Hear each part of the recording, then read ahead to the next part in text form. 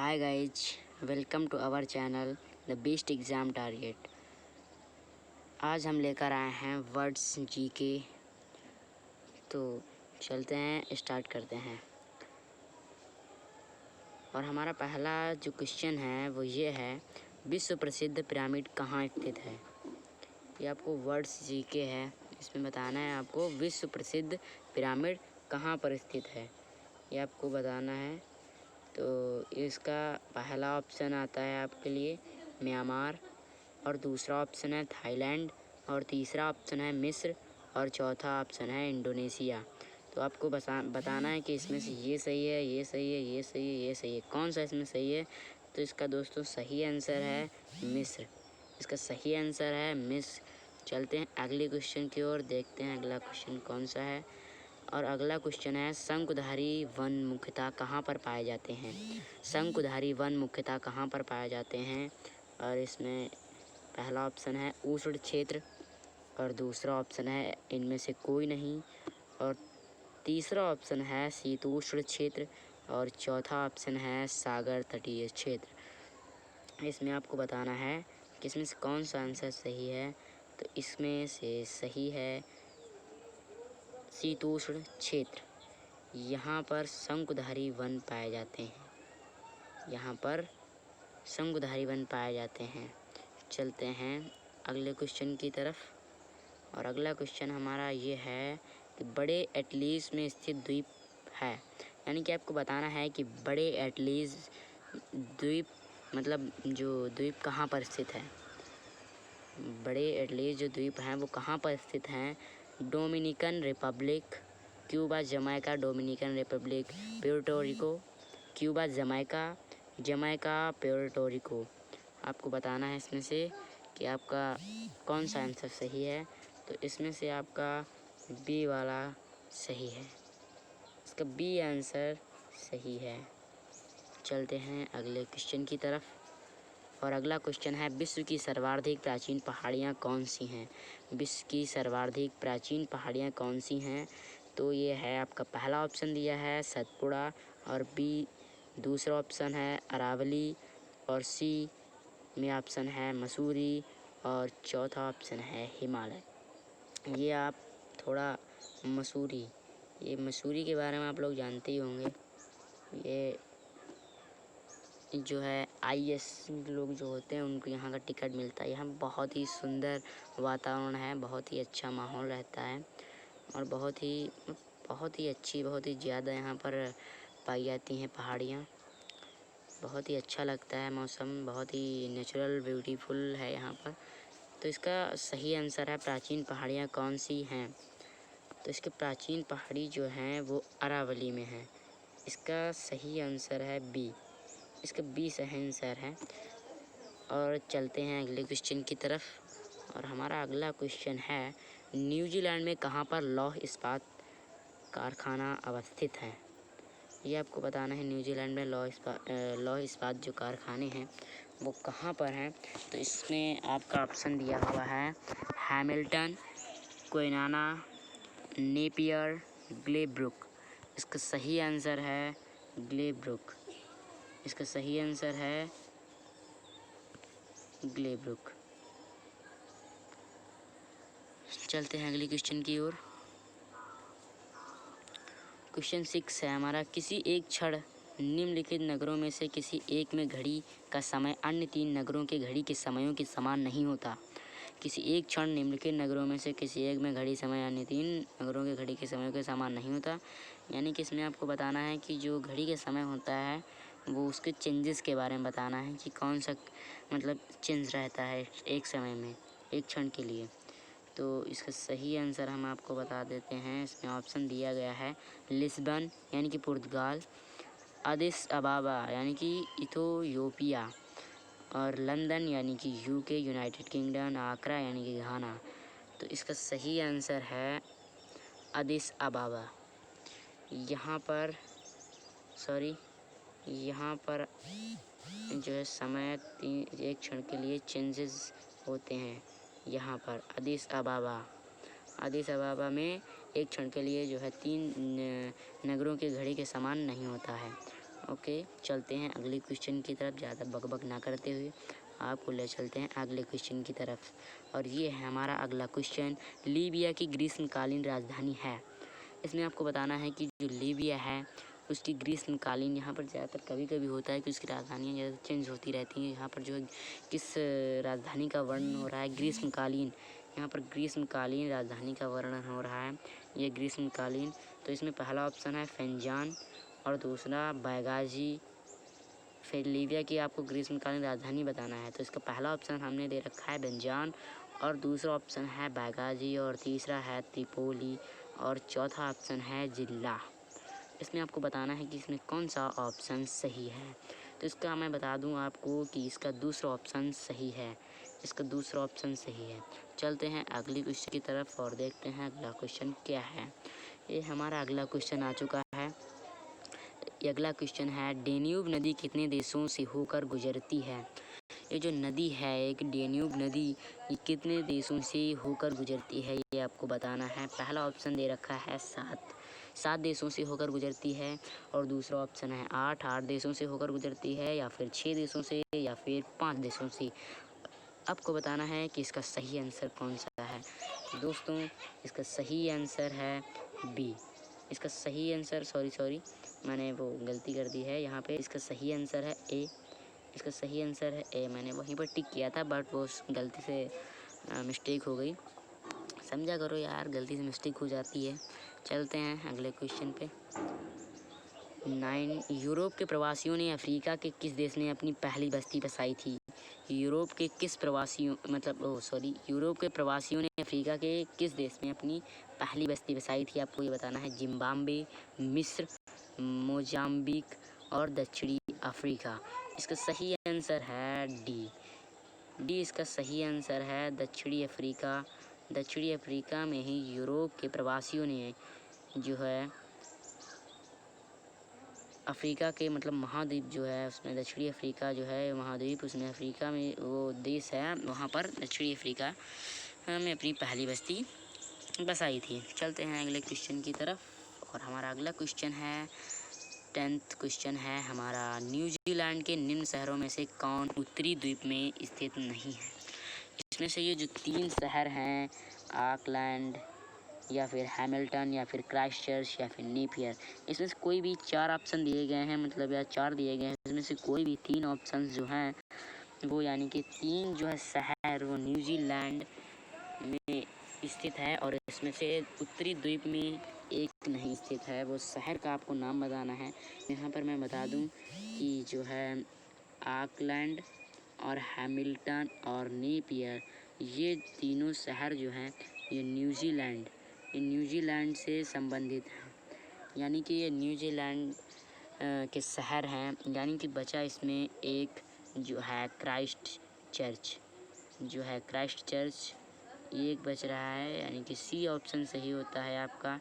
इसका C option सही है। चलते हैं अगले क्वेश्चन की ओर और हमारा अगला क्वेश्चन है, सूर्य का प्रभा मंडल यानी कि हैलो प्रकाश के अपवर्तन से उत्पन्न होता है। आपको सूर्य का प्रभा मंडल बताना है किस अपवर्तन से उत्पन्न होता है। तो इसका पहला ऑप्शन है पझाव कपासी मेघों के हिम स्फटिकों में, और दूसरा ऑप्शन है स्त्री मेघों के धूलकणों में, और तीसरा ऑप्शन है स्त्री मेघों के जलवाष्प में, और चौथा ऑप्शन है पझाव मेघों के हिम स्फटिकों में। तो इसका सही आंसर मैं आपको बता दूं कि इसका सही आंसर है ए। इसका सही आंसर है ए, पझाव कपासी मेघों के हिम स्फटिकों में। इसका सही आंसर ए हो रहा है। इसका सही आंसर है ए, नोट कर लीजिए। और अगले क्वेश्चन की तरफ चलते हैं। अगला क्वेश्चन है हमारा, निम्नलिखित युग्मों में से कौन सा एक सही युग सुमेलित नहीं है। वर्तमान नाम, पुराना नाम। इसमें आपको दिया गया है एक वर्तमान नाम है और एक पुराना नाम है, उसका युग्म बनाया गया है और उसमें आपको बताना है कि इसमें कौन सा युग्म सम्मिलित नहीं है, यानी कि कौन सा मैच नहीं खा रहा है, कौन सा इसमें रॉन्ग है, ये आपको बताना है। तो इसमें पहला ऑप्शन है इथियोपिया एबिसिनिया, और दूसरा ऑप्शन है किन्हासा लियोपोल्ड वेले, और तीसरा ऑप्शन है हरारे सेलिसबरी और चौथा ऑप्शन है घाना डच गियाना। इसका आपको सही आंसर बताना है। इसका सही आंसर है डी। इसका सही आंसर है घाना डच गियाना। चलते हैं अगले क्वेश्चन की तरफ। हमारा 13th क्वेश्चन है, निम्नलिखित में से कौन सी एक झील तंजानिया और युगांडा के बीच अंतर्राष्ट्रीय सीमा बनाती है। और ये जो युगांडा है, यहाँ पर आ गया आपका युगांडा का नाम। आपने शायद ब्लैक पैंथर देखा होगा, वहाँ पे आप युगांडा सुनते हैं। बहुत ही मतलब दिखाया गया है कि यूनिक शहर है युगांडा। वहाँ पे पैंथर होते हैं आगे, वो आप लोग खुद देख सकते हैं, हम एक्सप्लेन नहीं कर सकते। समझिए यार कुछ, पर क्या करें, एक्सप्रेशन पे काबू करना पड़ता है। चलते हैं इसका आंसर देख लेते हैं क्या होता है। तो युगांडा के बीच अंतर्राष्ट्रीय सीमा बनाती है, आपको यह बताना है। तंजानिया और युगांडा के बीच की अंतर्राष्ट्रीय जो सीमा है वो जो बनती है वो कहाँ से बनती है। इसका ए है मलावी, और दूसरा ऑप्शन है ज़ैम्बेजी, और तीसरा ऑप्शन है चाड, और चौथा ऑप्शन है विक्टोरिया। इसका सही आंसर है जो मैंने अभी अभी नाम पुकारा है, वही इसका सही आंसर है, यानी कि विक्टोरिया। जी हाँ दोस्तों, विक्टोरिया ही है जो युगांडा के बीच अंतर्राष्ट्रीय सीमा बनाती है। चलते हैं अगले क्वेश्चन की ओर। अगला क्वेश्चन है हमारा, विश्व के पशुओं की कुल संख्या का कौन सा भाग ऑस्ट्रेलिया महाद्वीप में पाया जाता है। यानी कि जो विश्व है पूरा वर्ल्ड में, मतलब कि जितने भी पशु हैं उसका कौन सा भाग, यानी उसके कितने परसेंटेज जो है हमारा ऑस्ट्रेलिया महाद्वीप में जो है पशु पाए जाते हैं, उसमें आपको बताना है। यानी कि आपका पहला ऑप्शन दिया गया है पाँचवां भाग, या फिर 20वां भाग, या फिर 10वां भाग, या फिर 15वां भाग। आपको इसमें बताना है कि कौन सा सही आंसर है। सही आंसर बताइए और बनिए करोड़पति। नहीं, ऐसा कुछ नहीं होगा, इसके चक्कर में नहीं रहना। तो हम आपको सही आंसर इसका बता देते हैं। 14 का सी यहाँ पर आंसर है इसका 10वां इसका सही आंसर है, यानी कि 1/10 इसका रेशियो बन जाएगा। चलते हैं अगले क्वेश्चन की ओर। हमारा 15th क्वेश्चन है, तृतीय कल्पी युग का सही अनुक्रम, यानी कि सर्वाधिक पुरातन से नवीनतम तक क्या है। यानी कि आपको ये जो तृतीय कल्पी मतलब युग हैं जो उनको आपको बताना है कि क्रम से आपको बताना है। तो इसमें पहला ऑप्शन दिया है, अरे बहुत ही भारी है, पर कोई दिक्कत नहीं है, आप लोग वो संयम बनाए रखें। चलते हैं तो देखते हैं पहला ऑप्शन क्या है। पहला ऑप्शन है आदि नूतन, अल्प नूतन, अति नूतन, मध्य नूतन, और बी ऑप्शन है आदि नूतन, अल्प नूतन, मध्य नूतन, अति नूतन, और सी है अति नूतन, मध्य नूतन, आदि नूतन, अल्प नूतन, और डी ऑप्शन है अति नूतन, आदि नूतन, मध्य नूतन, अल्प नूतन। तो इसका आपको सही आंसर बताना है। तो मैं इसका आपको सही आंसर बता दूं, इसका सही आंसर है बी इसका सही आंसर है। आदि नूतन, अल्प नूतन, मध्य नूतन और अति नूतन, ये जो है इसका मतलब पुरातन से नवीनतम तक इसकी ये युग है। तो चलते हैं अगले क्वेश्चन की तरफ, और हमारा ये 16th क्वेश्चन है, दक्षिणी अमेरिका में रेल मार्गों की सबसे ज़्यादा लंबाई वाला देश। जो रेल मार्ग हैं वहाँ पर सबसे ज़्यादा लंबाई कहाँ पाई जाती है रेल मार्गों की। तो आपको इसका सही आंसर बताना है। अरे हाँ, आप सही बताएंगे, गलत नहीं बताएंगे, ये हमें पता है। तो इसमें आप देख लेते हैं कि ऑप्शन क्या है। अर्जेंटीना पहला ऑप्शन है, और दूसरा ऑप्शन है बोलीविया, और तीसरा ऑप्शन है ब्राज़ील, और चौथा ऑप्शन है पेरू। इसका आपको सही आंसर बताना है, और इसका सही ऑप्शन है अर्जेंटीना। अर्जेंटीना में रेल मार्गों की सबसे ज़्यादा लंबाई पाई जाती है। यही देश है जहाँ पर रेल मार्गों की लंबाई जो है वो बहुत ही अधिक है। चलते हैं अगले क्वेश्चन की तरफ। और हमारा अगला क्वेश्चन है, अल्पाइन पर्वत का निर्माण कब हुआ? ये आपको बताना है कि अल्पाइन पर्वत जो है उसका निर्माण कब हुआ है। युग जो है, युग, अरे अभी तो हुआ नहीं है, जो मतलब युग ही होगा। तो युग जो है वो आपको बताना है पूर्व कैम्ब्रियन युग में, ये आपका पहला ऑप्शन है। और दूसरा ऑप्शन है टर्शियर युग में, और तीसरा ऑप्शन है कैम्ब्रियन युग में, और चौथा ऑप्शन है पर्मियन युग में। आपको इसका सही आंसर बताना है, यानी कि इसका सही आंसर मैं बता देता हूँ। इसका सही आंसर है टर्शियर युग में। इसका सही आंसर है टर्शियर युग में, बी वाला इसका सही है। 17 का, ओ सॉरी 17 का। चलते हैं अगले क्वेश्चन की ओर। अगला क्वेश्चन है हमारा काफ़ी भारी भरकम वाला, तो देखते हैं क्या है। निम्नलिखित समूहों में से किस एक के देशों में से भूमध्य रेखा गुजरती है? आपको इसमें देश बताए गए हैं, उसमें भूमध्य रेखा बताना है। तो इसका पहला ऑप्शन होता है कोलंबिया, केन्या, इंडोनेशिया, और इसका दूसरा ऑप्शन है वेनेजुएला, इथियोपिया और इंडोनेशिया, और इसका तीसरा ऑप्शन है ब्राज़ील, जाम्बिया और मलेशिया। ब्राज़ील, और इसका चौथा ऑप्शन है ब्राज़ील, सूडान और मलेशिया। इसका आपको सही आंसर बताना है। इसका सही आंसर है कोलंबिया, केन्या और इंडोनेशिया। ये 3 देश हैं जिनसे भूमध्य रेखा होकर गुजरती है। यहाँ से ही भूमध्य रेखा गुजरती है, ये 3 देशों से। ये बहुत ही इम्पोर्टेंट क्वेश्चन है। तो देख लेते हैं अगला क्वेश्चन कौन सा है। ये हमारा सेकंड लास्ट क्वेश्चन है, बहुत ही, ये पिछले वाले से भी बहुत भारी है। और देखते हैं क्या कह रहा है। 19th क्वेश्चन जो है हमारा, ये देखते हैं, इसको हल करते हैं। तिब्बत में उत्पत्ति पाने वाली ब्रह्मपुत्र, इरावदी और मैकांग नदियां अपनी ऊपरी पाटों में संकीर्ण और समांतर पर्वत श्रेणियों से होकर प्रवाहित होती हैं।